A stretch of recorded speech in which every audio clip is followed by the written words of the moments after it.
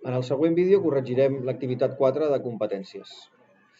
Diu que els fulls DIN són rectangles construïts de la manera següent. Unint dos DIN A4 pel seu costat llarg s'obté un DIN A3. Unint dos DIN A3 pel seu costat llarg s'obté un DIN A2, tal com aquí podeu veure. Unint dos DIN A2 pel seu costat llarg s'obté un DIN A1. I unint dos DIN A1 pel seu costat llarg s'obté un DIN A0. Llavors, les mides d'un DIN A4 són 210 mil·límetres per 297 mil·límetres. Quines són les mides d'un DIN A3? Fixeu-vos, el DIN A4 és aquest d'aquí. Quants DIN A3 són un DIN A4? Doncs 1, 2, 3 i 4. D'acord? És a dir, que la part ampla, diguéssim que tens l'amplada i l'altura, no? L'amplada d'un és la llargada de l'altre. Sí? És a dir, aquest 210 l'hauries de multiplicar per 2. No? O sigui, seria posar en l'esquema aquí, si voleu, és això així.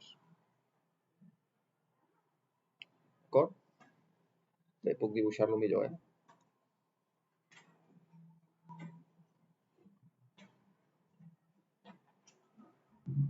Aquí tens un altre DIN A4, d'acord? Per tant, fixa't que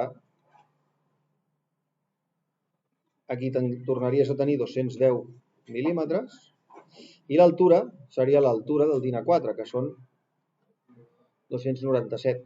Val? Per tant, 210 i 210 són 420. Quin fa 420 mil·límetres? Aquest. I quin fa 297? Aquest. D'acord? Per tant, la C és la resposta correcta. Diu, també existeix el full DIN A5. Un full DIN A5 és la meitat d'un DIN A4. Quants fulls DIN A5 es necessiten per fer un full DIN A0? Fixa't, 2 fulls DIN A5 fan un DIN A4. I en el següent i en l'anterior dibuix veiem que DIN A4 necessitaven 4 per fer un DIN A3. Per tant, 8 per fer un DIN A2 o un DIN A1. Vale? És a dir, aquí n'hi ha 4 i aquí n'hi ha 4 més. Un DIN A1, que és això, que és la meitat d'un DIN A0, són 8. 16 per fer un DIN A0. Però 16 DIN A4, no? I cada DIN A4 són 2, per tant seria 16 per 2, 32 fulls. DIN A5 per fer un DIN A0. Que és la resposta C. Diu, un DIN A0 ocupa una superfície de 1 metre quadrat. Quina és la superfície que ocupa un DIN A3? Bé, primer hem de veure quants DIN A3 caben dintre d'un DIN A0, no? I ho tenim aquí.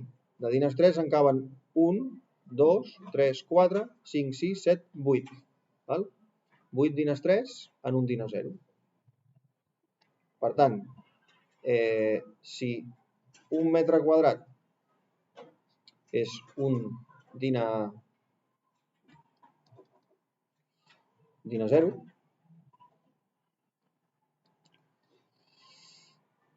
un vuitè de DIN A0, que és el que representa que és un DIN A3, quants metres quadrats són? D'acord? Per tant, bàsicament, hauríem de multiplicar per un vuitè 1, que seria dividir per 8, no? És a dir, 1 dividit per 4 és un quart, i dividit per 8 seria això, no? Anem a calcular-ho amb la calculadora per assegurar-nos.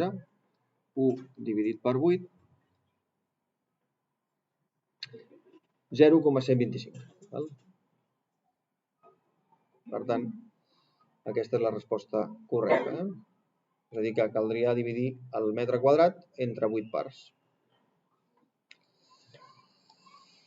I per acabar, diu, quina és la longitud del segment més llarg que es pot dibuixar sobre un DIN A2?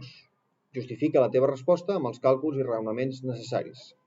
Com a segment s'entén qualsevol línia recta que jo pugui dibuixar sobre aquest full. Ja sabeu que la diagonal sempre és el segment més llarg que pots dibuixar en un full de paper. I això què us recorda? El teorema de Pitàgores, no? És a dir, aquí teniu una base teniu una altura, sí? Que són 420 mil·límetres, i teniu una hipotenusa, no? Per tant, jo sé que pel teorema de Pitàgores, a al quadrat més b al quadrat és igual a la hipotenusa al quadrat. És a dir, 420 al quadrat més 594 al quadrat és igual a la hipotenusa al quadrat.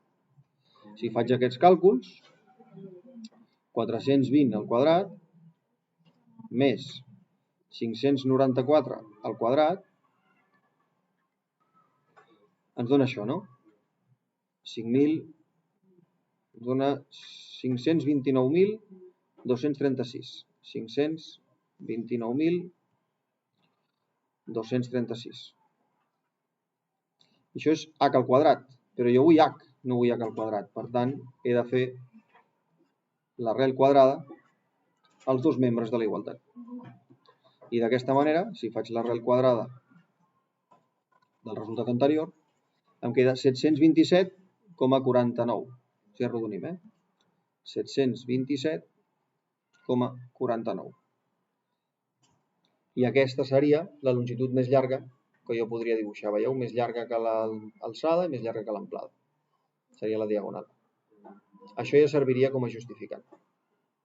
I fins aquí el vídeo. Espero haver-vos ajudat.